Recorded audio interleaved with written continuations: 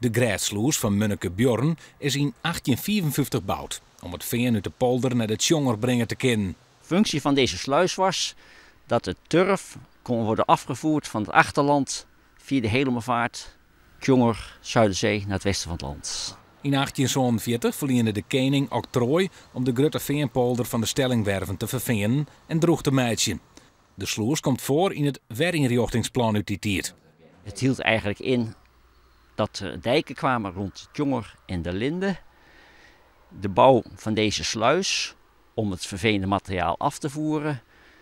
En de verveners kregen opdracht de grond later weer herin te richten voor veeteelt. In totaal tjenne de sluis 1 eeuw.